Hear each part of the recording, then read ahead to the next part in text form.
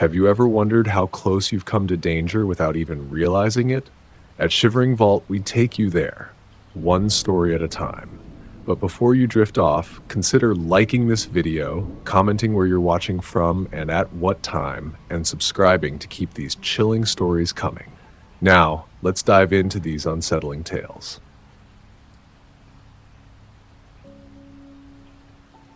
I'll never forget that night, the night everything changed. It's been months since it happened, but it feels like just yesterday. Every time I close my eyes, I'm back in that room with the heavy silence pressing in on me and the cold, the suffocating cold of that night. Sometimes I wake up in the middle of the night, sweating and panicked, heart racing, with my mind replaying every little detail. But I guess I should start from the beginning so you can understand how it all happened. It was the start of winter break.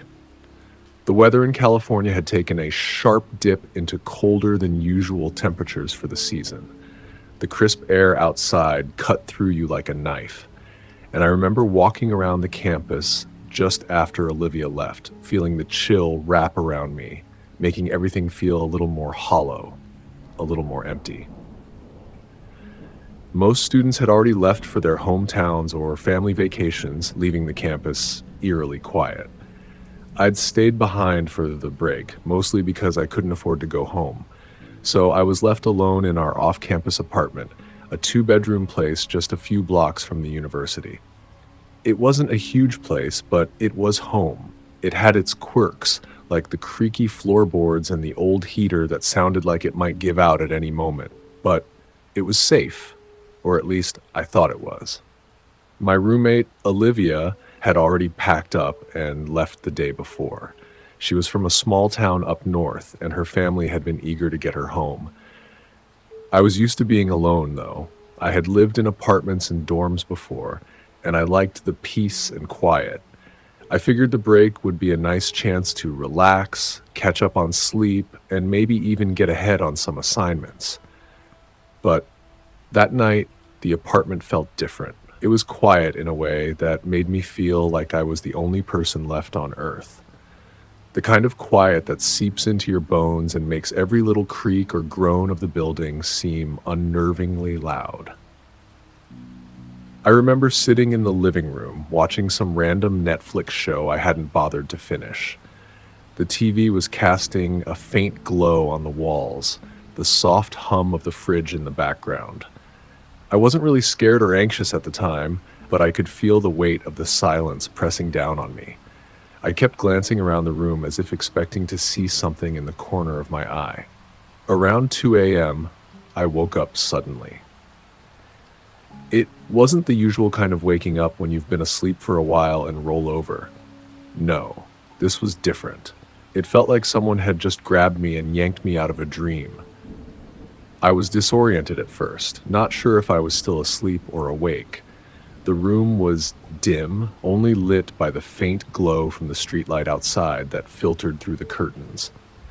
At first, I tried to shake off the feeling of unease, telling myself that it was just the darkness playing tricks on me. But then I heard it, a slow, deliberate creak. My eyes snapped open. For a moment, I thought it was my imagination. Maybe the wind outside, or maybe the old wooden floors groaning under their own weight. But then a second later, I heard it again, a louder creak.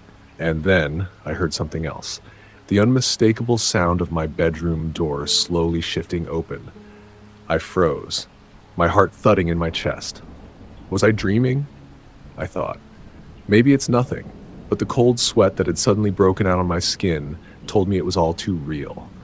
The door wasn't supposed to open. I was alone. At least I thought I was. Olivia had left and no one else had a key. I tried to tell myself that it was nothing, that it was just the wind, or maybe I had left the door slightly ajar, but I couldn't shake the dread building up in my stomach. I held my breath, straining my ears to listen, and then I heard it, a soft shuffle of footsteps on the carpet, the sound of someone walking into my room. My pulse quickened. I wasn't imagining it. The door was definitely open. Someone was in my room. My mind scrambled, trying to make sense of what was happening. Maybe it's just Olivia back early from her trip, I thought. But that didn't make sense. The last time she texted me, she had said she wouldn't be back for at least another day. And this didn't sound like Olivia. The figure stepped into view then, a dark, hulking shadow blocking the dim light coming from the window. My breath hitched in my throat. It was hard to make out details, but it was definitely a person. Tall, broad-shouldered, with a hooded sweatshirt that obscured their face. They were standing just inside the doorway, unmoving, staring at me. Or at least, I thought they were staring. It was too dark to be sure. My mind raced. What do I do? What do I do? I wanted to scream, to call out, but my voice was stuck, caught somewhere deep inside me. I was paralyzed with fear. My body wouldn't respond. All I could do was watch as the figure didn't move, just stood there in the doorway, like they were waiting for something. Or maybe for me to react. A chill ran down my spine. Every nerve in my body screamed at me to run, but my legs felt like they were made of lead. I could hear my own heartbeat pounding in my ears. Then, without warning, the figure started moving. Slowly, purposefully, they took a single step forward, then another. My blood turned to ice. I could feel their presence closing in on me. My chest tightened, and I had to force myself to breathe. I was no longer in control of my body. It felt like I was just a passenger in my own life, helpless and unable to stop what was happening. The figure was closer now, the sound of their footsteps a slow, deliberate rhythm that echoed in my mind. My instincts screamed at me to move, to run, but I couldn't. I couldn't do anything. I just lay there, staring at the shadow that was now towering over me. The intruder's breathing was heavy, uneven, like they were struggling to control themselves. My mind raced, trying to make sense of the situation. Who were they? What did they want? Then, before I could react, I felt something, cold hands gripping my wrist, pulling me toward the edge of the bed. My breath caught in my throat. I couldn't move. I couldn't scream. The weight of their presence was suffocating. Where is she? The voice that came from the intruder was low and guttural, almost like a growl, sending a shiver through my spine. The words hung in the air, cold and sharp, and it took me a moment to fully process what they meant. She. My mind was spinning. Who? And then it hit me. The intruder wasn't here for me. They were looking for Olivia. I had no idea what was happening. Why was this person in my room? Why were they asking for Olivia? Fear surged through me. I wasn't just dealing with some random break-in. This was something far worse. This was personal. I fought to free myself, pushing against the person's grip with everything I had, but it was no use. The weight of them on top of me was unbearable, pressing me, making it hard to breathe. I had to get away. In one frantic motion, I reached for my phone on the nightstand. My fingers shook so violently I could barely grab it. But I had to try. I had to get help. As soon as my hand closed around the phone, the intruder lunged forward, knocking it out of my hand with a harsh swipe. I gasped as the person grabbed my throat, their breath hot and sickly in my ear. "Where is she?" They hissed again, their voice desperate. I clawed at their hand, my nails digging into their skin as I struggled for air. Then, in a panic-fueled burst of adrenaline, I kicked out, landing a solid blow to their side. It wasn't much, but it was enough. They flinched, their grip loosened, and in that split second, I was able to twist away. I scrambled off the bed, crashing onto the floor, my legs tangled in the sheets as I tried to get to my feet. The moment I was up, I bolted toward the door. My feet hit the ground, and I sprinted into the hallway, my heart pounding in my ears. I didn't look back. I slammed the door open and ran into the cold night, the air stinging my lungs as I sprinted toward the parking lot. My breath came in ragged gasps, but I didn't stop. I couldn't stop. I screamed, my voice barely coming out through the panic. "Help! Somebody help!" The light from a nearby porch flickered on. I didn't stop. I ran toward the house. A woman opened the door, and I quickly told her what had happened. She immediately called the cops. I don't know how long I sat there with the woman, waiting and shaking uncontrollably, but when the police arrived, it felt like a lifetime had passed. I was still in a daze, barely able to form coherent words. But when I mentioned Olivia's name, the officer's expression darkened. "We've been looking for someone connected to her," he said, his voice grave. And that's when I learned the truth. Olivia had been hiding something from me. A stalker. An ex-boyfriend named Derek Hayes, someone I'd never heard her mention. He'd been watching the apartment for weeks, waiting for Olivia to be alone. When he broke in, he was expecting to find her. But he got me. He'd come for Olivia, and I was just in the wrong place at the wrong time. A few days later, the police found him hiding in a cheap motel a few towns over. When they stormed his room, they found a collection of photos. Photos of Olivia. Some taken through our apartment window, others from her social media. All of them marked with disturbing, almost obsessive notes. Derek claimed he just wanted Olivia to understand why she shouldn't have left him. But when he realized he had the wrong person, panic set in and he fled. It was hard to process, even harder to believe. But at least Olivia was safe. The police arrested Derek for breaking and entering, assault, and attempted kidnapping. He was sentenced to several years in prison, and a restraining order was placed on him, ensuring that he could never come near Olivia or me again. But that didn't stop the fear.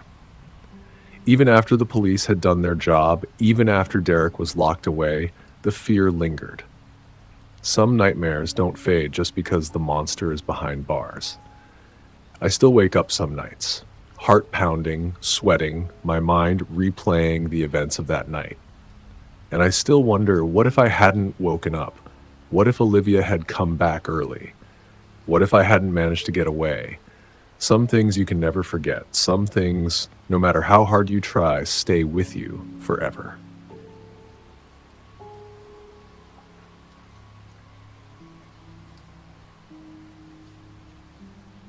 I never thought delivering food would be anything more than a simple way to make a little extra cash during winter break. But the night I found myself in that situation, I quickly realized that sometimes things can go terribly wrong when you least expect them. I'm a college student in California, and like most students, I didn't have a lot of money in my pocket. I was living off student loans, scholarships, and whatever I could scrape together by working part-time. So when I saw an ad looking for food delivery drivers for the local delivery app, I figured it would be a decent way to make some extra cash during winter break. It was the perfect opportunity. The weather was colder than usual for a California winter, but nothing too extreme, just enough to make it feel like a cozy time of year.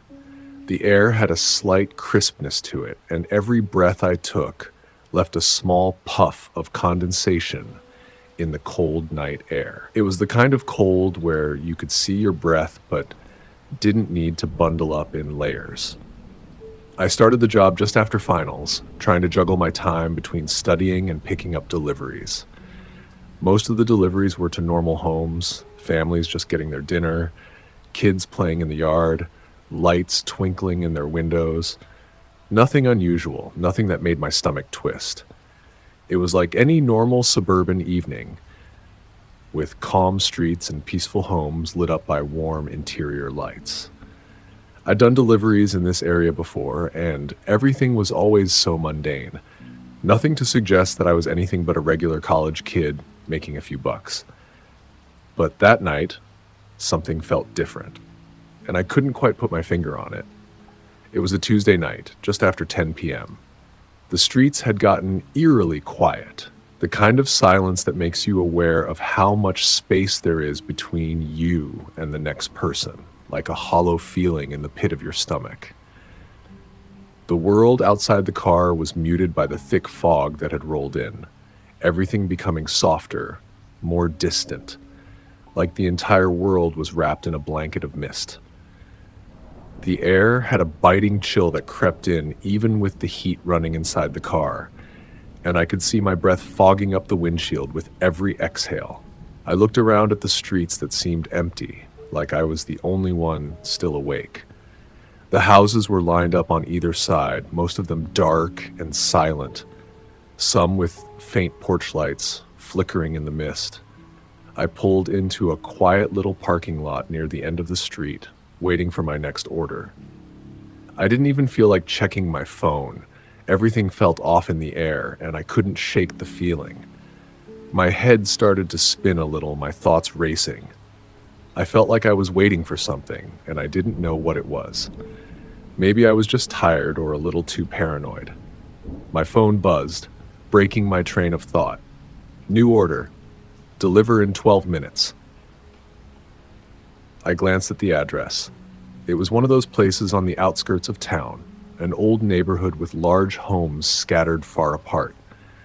The houses there were old, colonial style, with large lawns and long driveways that disappeared into thick trees. I had delivered to a couple of places on that street before, but this one, something about it made me uneasy. It wasn't the kind of house you'd expect to be on a normal suburban street. There was something ancient about it. I don't know why, but I hesitated. Maybe it was just the fog making everything feel more surreal. But after a quick glance at my earnings for the night, I decided to accept it anyway. A little extra cash never hurt anyone, right? I turned the key in the ignition and drove. The fog seemed to get thicker as I moved further down the street, the streetlights casting pale, ghostly halos in the distance. I couldn't shake the feeling that I was being watched, or that something was just off. I pulled up to the house at the end of the street, and it took me a second to spot it through the thick fog. The house was large and sprawling. It looked like something out of a gothic horror novel. Old, weathered brick, peeling white paint on the windowsills, broken garden statues scattered around the front yard. The house was set back from the road, with a winding gravel driveway leading up to the front door. There were no lights on, nothing to suggest that anyone was home. The only sign of life was the faint glow of a single dim light from one of the windows upstairs, though it flickered irregularly as if it were about to go out. I paused for a moment, staring at the house. The kind of unease that had been building since I'd started the drive reached a peak. Still, I figured it was just an old house. People lived like this all over California. It was just a feeling. Nothing more. I pushed it down, grabbed the food from the passenger seat, and got out of the car. The gravel crunched under my shoes as I walked up the long, winding driveway, my breath coming out in little clouds in the frigid air. The trees lining the driveway were tall and thick, their branches bare for the winter, and the fog wrapped around them like a thick blanket. As I walked closer to the front porch, the silence felt even heavier. There was no wind, no movement, just stillness.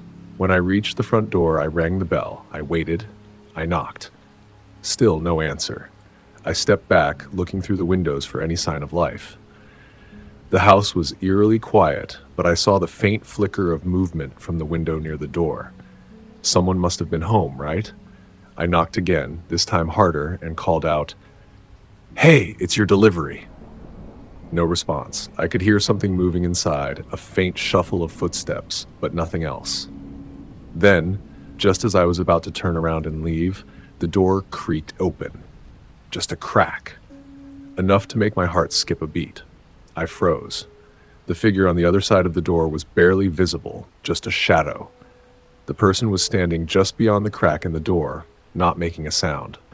I could barely see anything of them, just the outline of a silhouette. "Leave the food inside," the voice said. It was low, almost muffled. There was something off about it, though. I couldn't pinpoint what it was. It was strained, like the person was trying to keep their voice from trembling. The tone was demanding, yet oddly distant.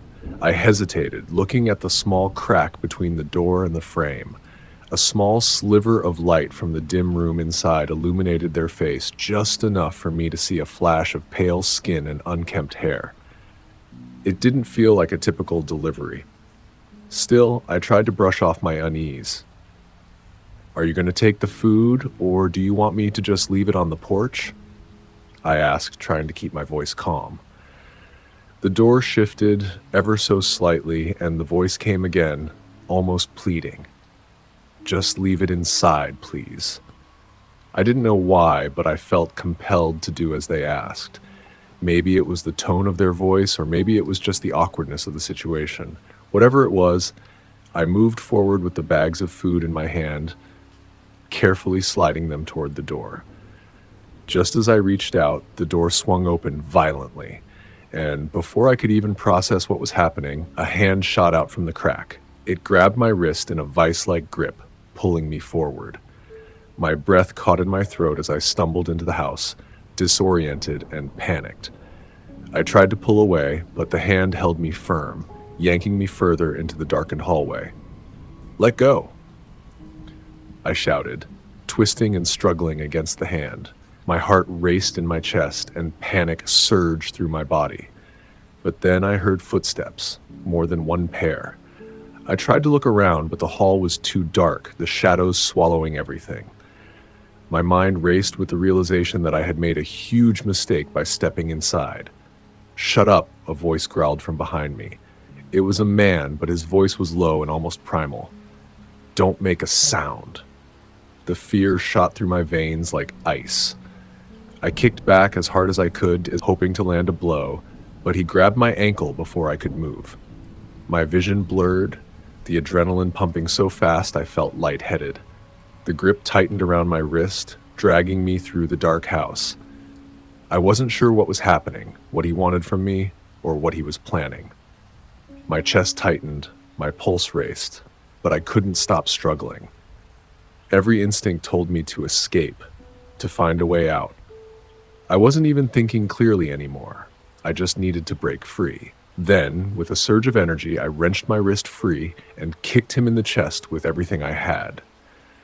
He staggered back, cursing, and that's when I turned and ran, not caring where I went, just needing to get out. I didn't stop running until I reached my car, slamming the door shut and locking it. I was shaking, my breath coming in rapid gasps as the weight of what had almost happened started to sink in. I don't know how I made it out of there, but I was lucky, more than lucky. I grabbed my phone and dialed 911. The police arrived minutes later, and I told them everything. They searched the house, and when they found the man, they also discovered evidence that he had been planning to kidnap someone. He'd been using fake names and fake orders, luring delivery drivers to his house. The police arrested him, and later I learned he had a history of violent crimes. The authorities were certain he had done this before and had been planning my abduction for days. His house was a hideout, a place for him to target anyone who showed up. But for some reason, that night, it was me. I don't know what would have happened if I hadn't escaped when I did, but I'm sure glad I didn't find out. Since then, I never went back to that street again, and I certainly never took another late-night delivery. It's a lesson I'll never forget. Not everything is as it seems, and sometimes a simple delivery can turn into something much darker. That night taught me the most valuable lesson of all.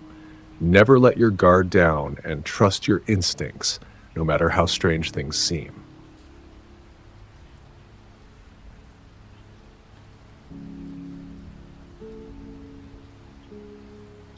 I was working the night shift at a ski lodge in the mountains of California. It was mid-January, and the weather had taken a sharp turn. A heavy storm had rolled in that day, blanketing everything in fresh, untouched snow. The kind of snow that makes the world look like it's been dipped in sugar. Everything was coated in a thick layer of snow, from the towering pines around the lodge to the parking lot, which had been swept clean by the storm's heavy winds. The lodge, a rustic two-story building made of dark wood and stone, looked especially eerie under the dim light of the street lamps that lined the parking lot. The whole place seemed to be buried under a soft, thick blanket of snow, with the wind occasionally sweeping it into little swirling vortexes. The night was dead quiet, and the wind seemed to hold its breath, waiting for something. The only noise was the faint howl of the storm as it whistled through the trees, an unsettling sound that made you feel like the wilderness itself was alive and watching.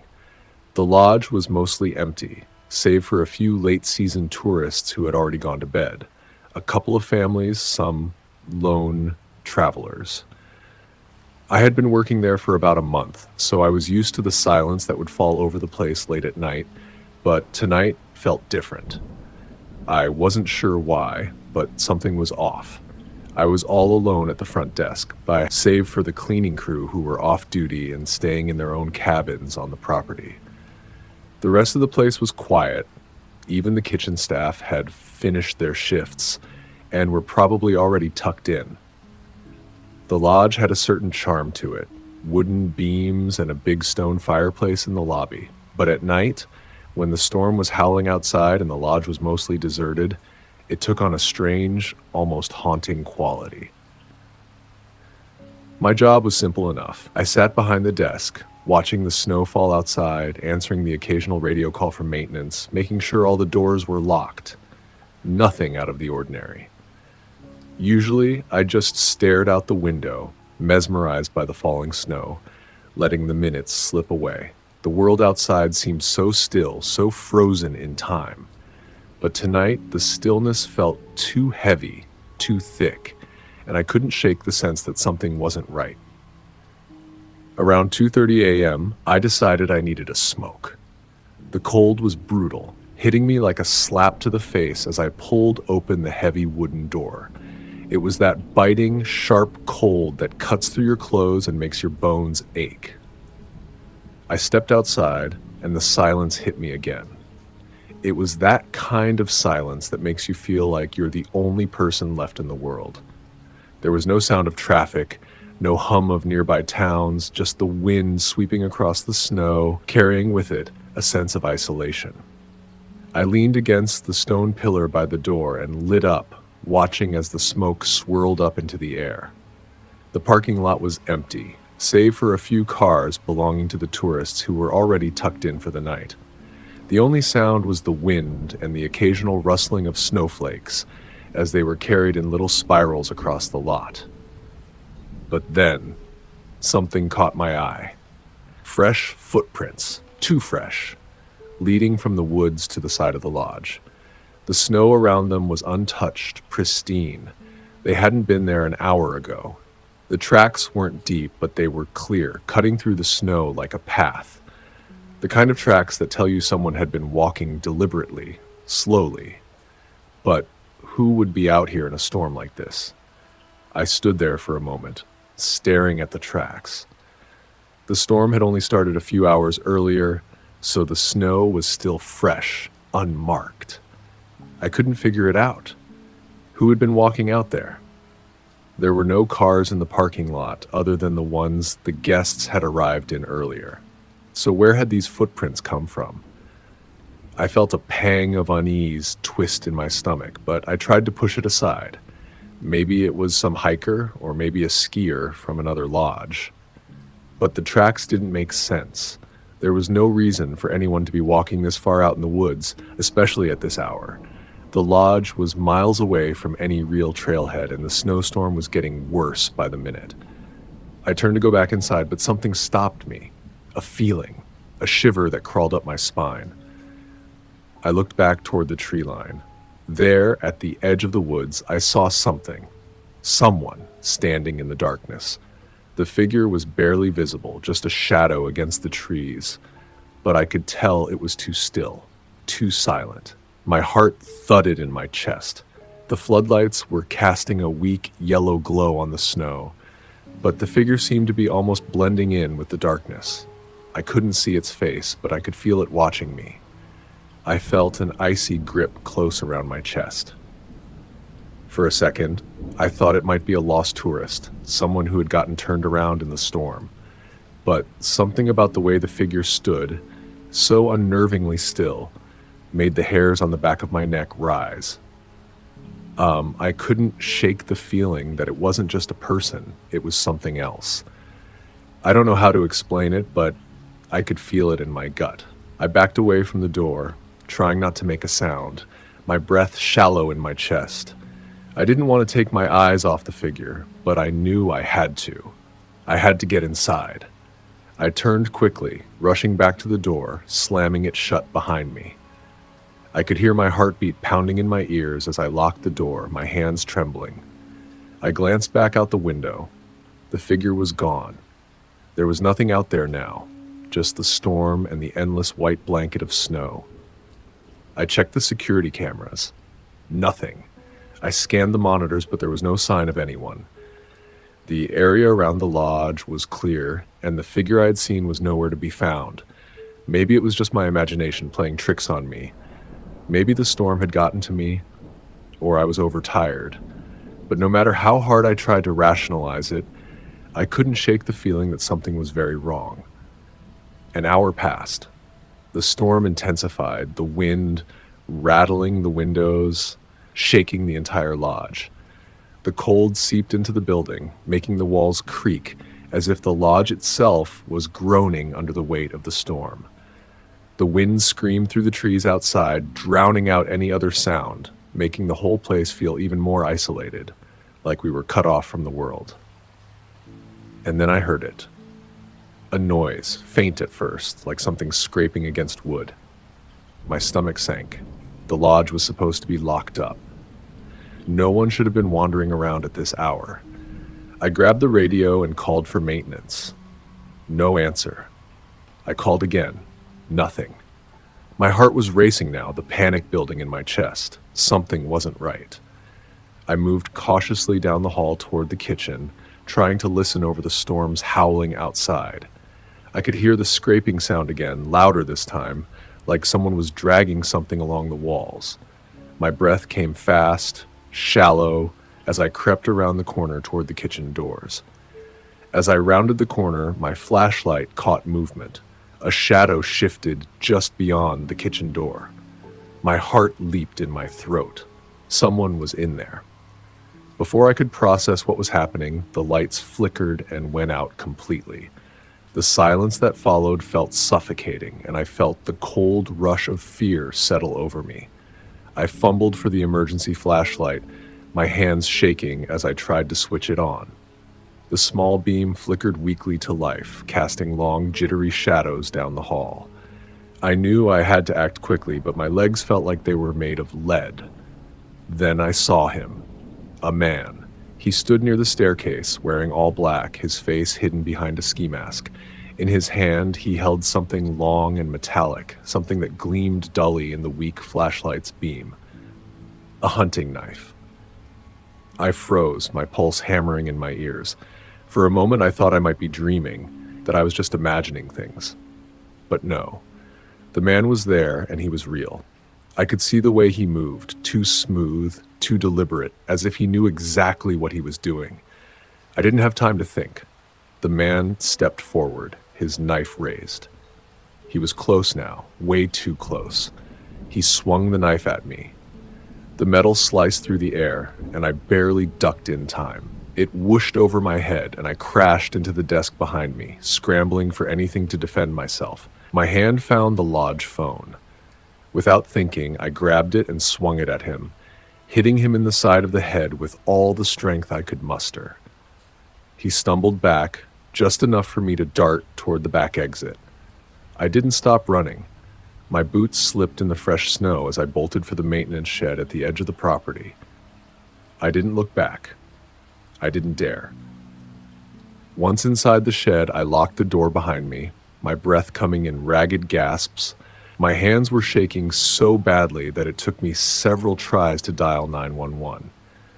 By the time the sheriff arrived, the man was gone. They searched the lodge, but there was no trace of him. He had disappeared into the storm, like he had never been there at all. But the worst part?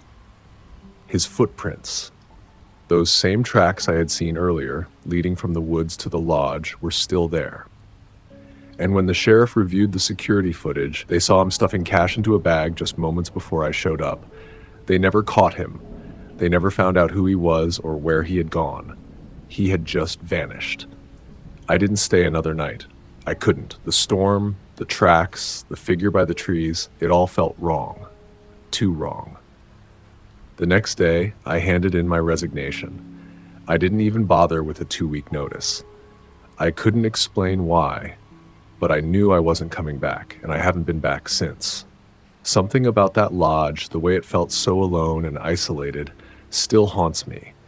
It's been years now, but I can still see that figure standing by the trees, waiting for someone else to come too close.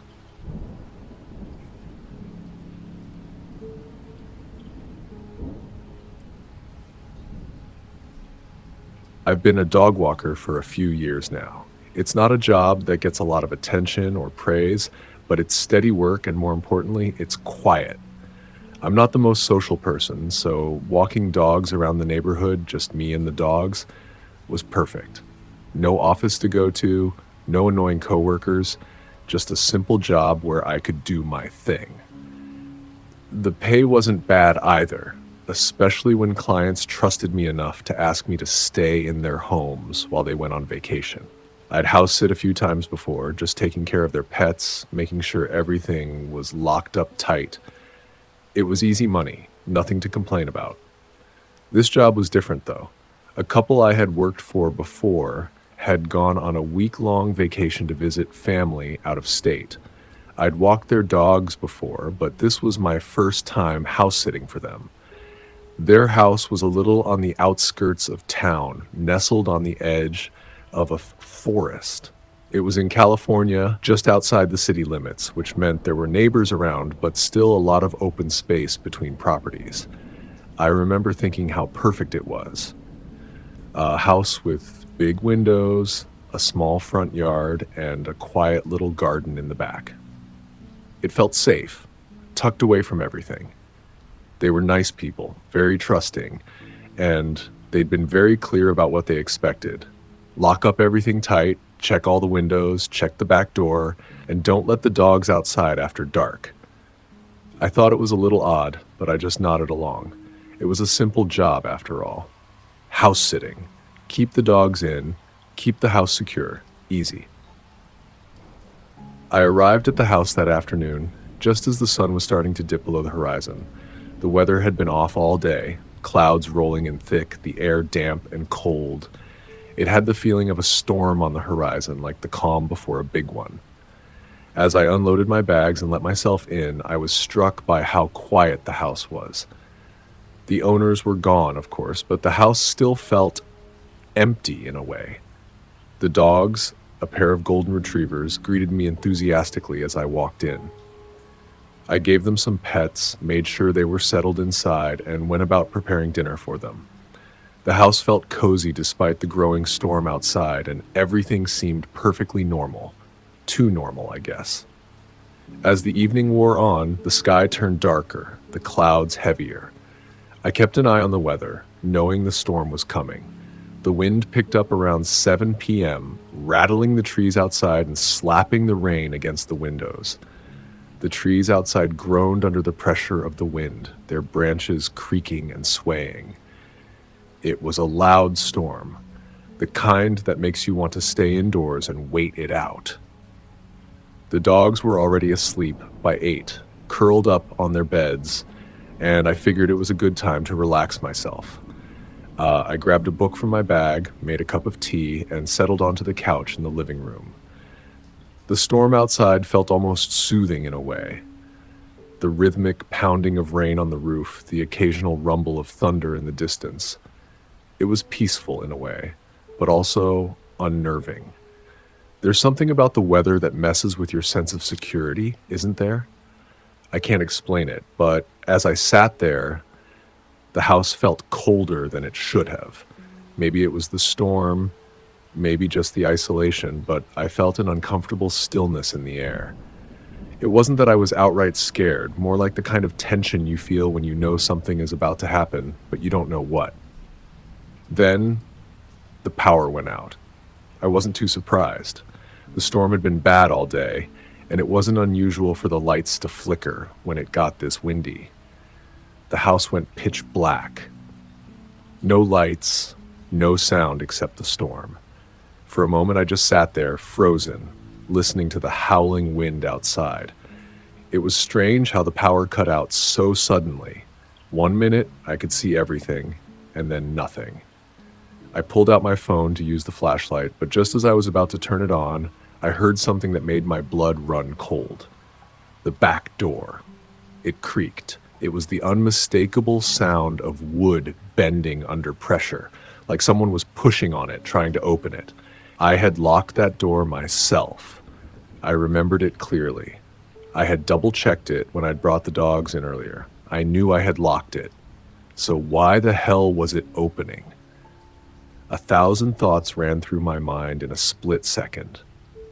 Was the wind strong enough to push the door open? I tried to tell myself that, but no. The wind didn't feel strong enough to open a solid wooden door. My pulse quickened. I got up slowly, trying to remain calm, but every step felt like a heavy weight. I moved quietly toward the back door, each footstep echoing in the silence of the house. The dogs didn't make a sound, which was odd. They were usually so vocal, especially with something strange happening. I stood in front of the door, just staring at the handle. The creaking had stopped, but I could still feel the air around me thick with tension. My heart was beating so loudly in my chest, I thought I might actually pass out. I slowly reached for the handle, my fingers cold. It felt wrong. I twisted the handle. It turned. The door opened slightly with a quiet groan. Nothing. The backyard was empty, just the wild storm outside and the trees shaking violently. But that wasn't enough. I had locked the door. I knew I had. Why was it open? Then I saw it. Footprints. Muddy, fresh footprints. They led from the back door, through the kitchen, and toward the living room. I froze. My stomach churned. Someone had been inside. Someone had opened the back door. Someone had stepped through the kitchen and into the living room. I backed away slowly from the door, my mind racing. My hands were shaking, and I felt like I might throw up. How had someone gotten in? Was there a burglar in the house? What if they were still here? I glanced back at the dogs. They were lying quietly in their beds, not moving, not barking. How could they not have noticed? Why hadn't they alerted me to the intruder? I knew I needed to get help, but I couldn't leave. Not yet. Not without knowing where this person was. My breath was ragged as I tried to think through my options. Should I call the cops? Should I hide? I didn't even know if the person was still here, but the footprints told me they were inside, and that was enough to send panic coursing through my veins. I darted for the pantry, the only place in the house I could hide without being seen. My pulse was pounding in my ears, and my knees felt weak as I scrambled for my phone. I dialed 911, my voice barely above a whisper. Please, help. Someone's in the house. I tried to keep calm as I told the operator everything, but it was hard to focus. My thoughts were spinning. The storm outside was deafening now, and every little creak of the house seemed to make my heart stop. I tried not to imagine what was happening out there, in the dark, as the wind raged. The police arrived what felt like an eternity later, though it was probably only 20 minutes. I didn't dare leave the pantry until I heard their voices in the hallway. The officers came to the pantry door, asking if I was okay. I didn't want to leave. I was too scared. But they reassured me, and I stepped out into the hallway, my legs still shaky. They found the footprints. And they found something else. Boots. The mud from the footprints was fresh, and they were able to trace the mud back to a man who lived just a few houses down. He was a neighbor, and he knew the owners were out of town. The officers later told me that when they confronted him, he tried to deny everything, but his boots matched the prints, and they found evidence of him trying to break into the house. It wasn't a random break-in. He knew the owners were gone. He'd been watching the house. It still makes my skin crawl thinking about it. How close I was to something terrible happening. I never found out exactly what his plans were, and honestly, I don't want to know. The rest of the week was uneventful, but the feeling of being watched never really left me. I never went back to house sit again. To this day, I still wonder what might have happened if I hadn't heard the door creak open that night. What if I hadn't found those muddy footprints? I'm not the type to jump at shadows, but I'll tell you this. There's something about that night that still haunts me. I don't think I'll ever be able to forget it.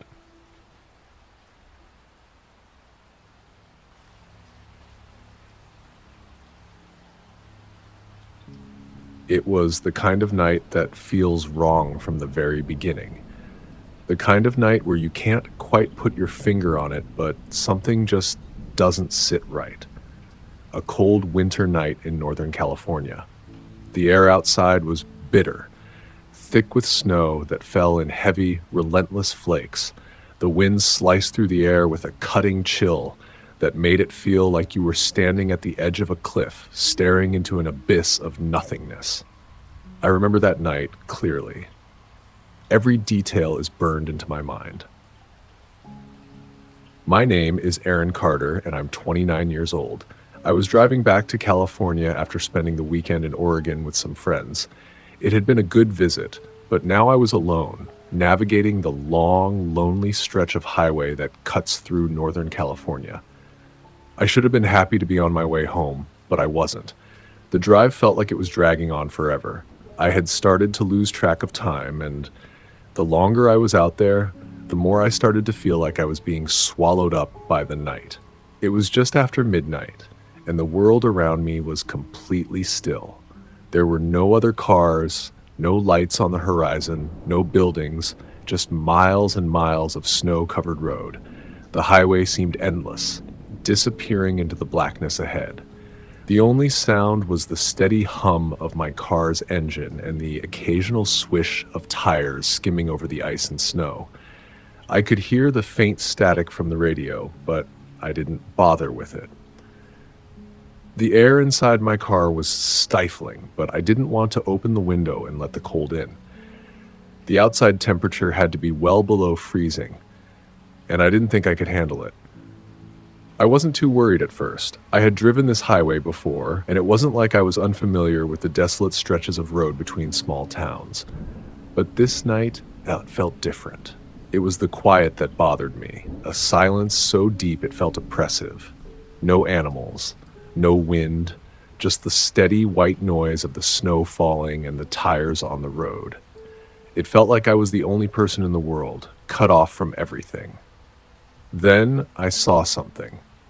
At first, it was just a shadow at the side of the road, barely visible through the snowstorm. But as I got closer, the figure became clearer. A person. Standing alone on the side of the highway, just off the road. A man dressed in a heavy, dark coat, his breath visible in the cold air. I couldn't see his face at first, but he was waving his arm as if signaling for help. It didn't make sense. There was nothing out here. No gas stations, no houses for miles. I had barely passed a single car in the last hour, and now there was someone standing out here, alone in the middle of nowhere. I didn't know what to think.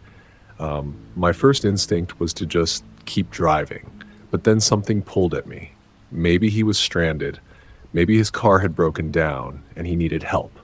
The thought of just driving past him, leaving someone out here in the cold, felt wrong. It wasn't that I felt sorry for him exactly, but I didn't want to be the person who ignored someone in need. So I slowed the car down, my heart beginning to race a little faster. The snow was coming down heavier now, the windshield wipers working overtime to keep the glass clear. As I neared him, I started to notice that the figure wasn't moving as much as I'd thought. He wasn't walking around trying to flag down cars, just standing there, too still, too patient. There was something about it that made me uneasy, something about the way his body was rigid and unmoving. I could feel the tension building in my chest. Part of me wanted to speed up, to get away from him as quickly as possible. But I fought that urge. I wasn't going to be that person who leaves someone out in the cold. I was almost at the point of making my decision when I saw it. The way he suddenly turned his head toward me. His eyes met mine through the windshield. I don't know how to explain it, but it was the way he looked at me. It wasn't like a normal glance. It wasn't even like he was looking at me with any emotion. It was predatory, cold. There was nothing human about it. It felt like he wasn't just watching me, but waiting. I rolled the window down just a crack and called out, "Are you okay? Do you need help?" The man didn't respond right away. He just kept standing there, arms raised in that strange, unnerving wave. His breath was visible in the frigid air, the mist swirling around him. I could feel my throat go dry, but I forced myself to keep calm. Then, suddenly, his head jerked forward, and he took a step toward me, his coat flapping in the wind. In that moment, I felt a jolt of terror shoot through me. Something in the air shifted.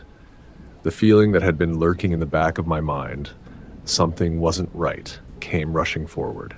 He lunged. I saw a flash of silver in the darkness. A knife. It came at me so fast I didn't have time to think. It was a blur, a streak of shining metal aimed straight for my face. My heart stopped, and before I even realized what I was doing, I slammed my foot on the gas pedal, and the car lurched forward, tires spinning on the icy road. I could hear the scraping sound as his fingers slid against the window, the knife nearly touching the glass. I swear I felt the cold steel graze my skin. I didn't look back. I couldn't. My heart was racing, hammering in my chest as I pressed the accelerator to the floor. The road blurred in front of me, the snow swirling around the headlights, blinding me. The only thing that mattered was getting away from him. I kept my eyes on the road ahead, my hands clenched around the steering wheel so tightly my fingers started to ache. The car slid on the ice, swerving to one side. I fought to keep control, but the car was unpredictable on the snow-covered road. My breath came in sharp gasps, panic threatening to take over. I glanced in the rearview mirror. Nothing. For a moment, I thought maybe I had imagined it. Maybe I had misread the situation and it wasn't as bad as I thought. But then the silence hung in the air like a thick fog, and I realized something. He wasn't chasing me. He wasn't running after me at all. He was standing there, just watching. Motionless. I don't know why, but the sight of him standing there in the distance, unmoving, watching me drive away, sent a fresh wave of fear crashing through me. The image of his cold, empty eyes was burned into my mind, and I couldn't shake it. I kept driving. I didn't care how fast I went. I just had to get away. After what felt like an eternity, I saw a flickering light up ahead. A gas station. I wasn't sure if I could even make it that far, but I pushed the car harder, not caring about anything but the promise of safety. My hands were shaking uncontrollably as I pulled into the parking lot, the tires screeching as I almost hit the gas pump. I didn't even bother to turn off the engine. My mind was spinning, still replaying the images in my head, his cold eyes, the knife in his hand, the way he had moved like a predator. I grabbed my phone and dialed 911, my hands trembling as I tried to hold it steady. 911, what's your emergency? The dispatcher asked, calm but clipped. There's a man on the highway. He tried to attack me. I don't know where he is now, but I think he has a knife. Please, you have to send someone. I gasped, barely able to get the words out. The dispatcher was quick to take down my information, assuring me that help was on the way. But the silence that followed was suffocating. I sat there alone in the car, my breath coming in shaky gasps, my pulse racing. A few minutes later, a highway patrol car pulled into the station, the officer stepping out and walking toward me with purpose. His expression was serious, and there was something in the way he moved, like he was expecting trouble. He took my statement, asking all the questions I had already answered 100 times in my head. But when I finished telling him what had happened, he exhaled sharply, like the air had been knocked out of him. "You're not the first to report this," he said, his voice low, almost like he didn't want anyone else to hear. My stomach dropped. There have been similar calls over the past few weeks. Lone drivers, late at night. All of them say the same thing. There's a man on the side of the road, waving for help. When they stop, he attacks. My blood ran cold. "Why hasn't anyone caught him?" I asked, almost whispering. The officer's face was grim. We're looking for him, but he always disappears before we get there. He's good at vanishing." I swallowed hard. "I'm lucky, aren't I?" I said, more to myself than to him. The officer nodded. "You are." I sat in that parking lot for hours, unable to move, unable to leave. When I finally did, I didn't look back at the road. The next day, the police called me to let me know they had found him. They had tracked him down to a cabin near the highway. He had been hiding out there, waiting for his next victim. He had a long criminal history, but they hadn't connected him to these attacks until now. I should have felt relieved, but I didn't. I kept seeing his eyes, and the thought of what might have happened still haunted me. I haven't driven that highway since, and I don't think I ever will again. The memory of that night is still with me, the man, the knife, and the cold, empty road. I was lucky, but I'll never forget the terror I felt alone on that highway, and neither should you.